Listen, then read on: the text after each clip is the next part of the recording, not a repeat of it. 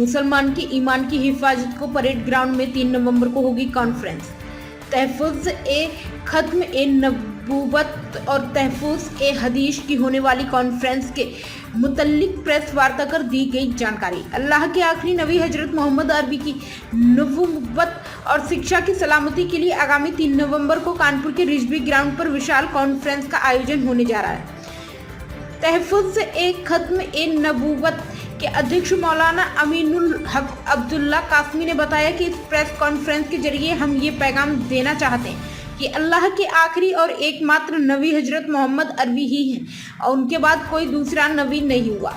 आगामी 3 नवंबर को होने वाली कॉन्फ्रेंस के आयोजन में कुरान और हदीस की विशेष जानकारी उलमा शिरकत करेंगे। उन्होंने बताया कि भारत एक धर्मनिरपेक्ष देश है, यहाँ सभी को धार्मिक स्वतंत्रता भी है, लेकिन हजरत मोहम्मद अरबी के अलावा खुद को नबी बताने वाले से मुसलमानों को बच के रहना चाहिए। कादायनी मुसलमानों के अकीदे को चोट पहुंचाने का काम कर रहे हैं। अहमदिया और कादायनी एक ही हैं, उनका हेडक्वार्टर इंग्लैंड में बना है और वह स्वतंत्रता संग्राम से जुड़े लोगों को गलत बताते हैं, उनका अपमान करते हैं। कॉन्फ्रेंस के एक दिन पहले सभी विशेषज्ञ उलेमा कानपुर की मस्जिद जैसे जामा मस्जिद अज़फ़राबाद जादमऊ में विशेष कार्यक्रम का आयोजन किया जाएगा। इस कार्यक्रम में दारुल उलूम देवबंद के उपाध्यक्ष का संबोधन भी होगा, जिसमें शिरकत करने वालों को कादायनी समुदाय के मुसलमान न बुलाने या मुसलमान न मानने की अपील भी की जाएगी। इसी के साथ सरकार से भी मांग की जाएगी कि ऐसे लोगों की जांच कर उन पर सख्त कार्रवाई करी जाए। प्राइम संदेश न्यूज से संवाददाता अफजाल हुसैन की रिपोर्ट। मैं जमीयत उलमा उत्तर प्रदेश का उपाध्यक्ष हूँ। आज हम लोग यहाँ जमा हुए हैं ये बतलाने के लिए कि मुसलमान के होने के लिए इस्लाम का एक बहुत बुनियादी अक़ीदा है कि जिस तरह अल्लाह को एक मानना, कुरान पर ईमान लाना, हज़रत मोहम्मद सल्लल्लाहु अलैहि वसल्लम को अल्लाह का नबी मानना ज़रूरी है, इसी तरह आपको अल्लाह का आखिरी नबी मानना और आखिरी रसूल मानना ज़रूरी है।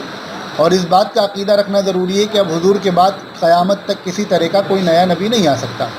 अगर कोई शख्स हुज़ूर सल्लल्लाहु अलैहि वसल्लम के बाद किसी नए नबी की आमद का अक़ीदा रखता है तो वो मुसलमान नहीं है। बदकिस्मती से हमारे देश में जब आज़ादी की लड़ाई चल रही थी 1857 के बाद, उस वक्त एक शख्स पैदा हुआ पंजाब के कादियान में जिसका नाम मिर्ज़ा ग़ुलाम अहमद था। उसने नबी होने का क्लेम किया, दावा किया और अंग्रेज़ों के साथ उसने अपनी वफ़ादारी का ऐलान किया। जो लोग देश की आज़ादी के लिए अपनी कुर्बानियाँ पेश कर रहे थे उन सब के ख़िलाफ़ उसने फतवा जारी किया।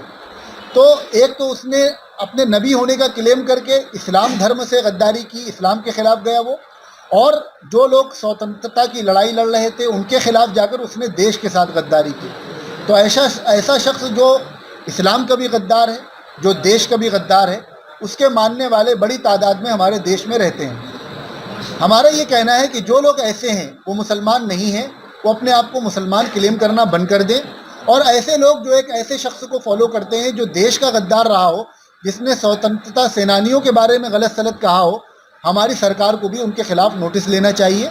इसके लिए हम 3 नवंबर को कानपुर के परेड ग्राउंड में एक बहुत बड़ी कॉन्फ्रेंस कर रहे हैं, जिसमें 25-26 ज़िलों के हज़ारों लोग तशरीफ़ ला रहे हैं।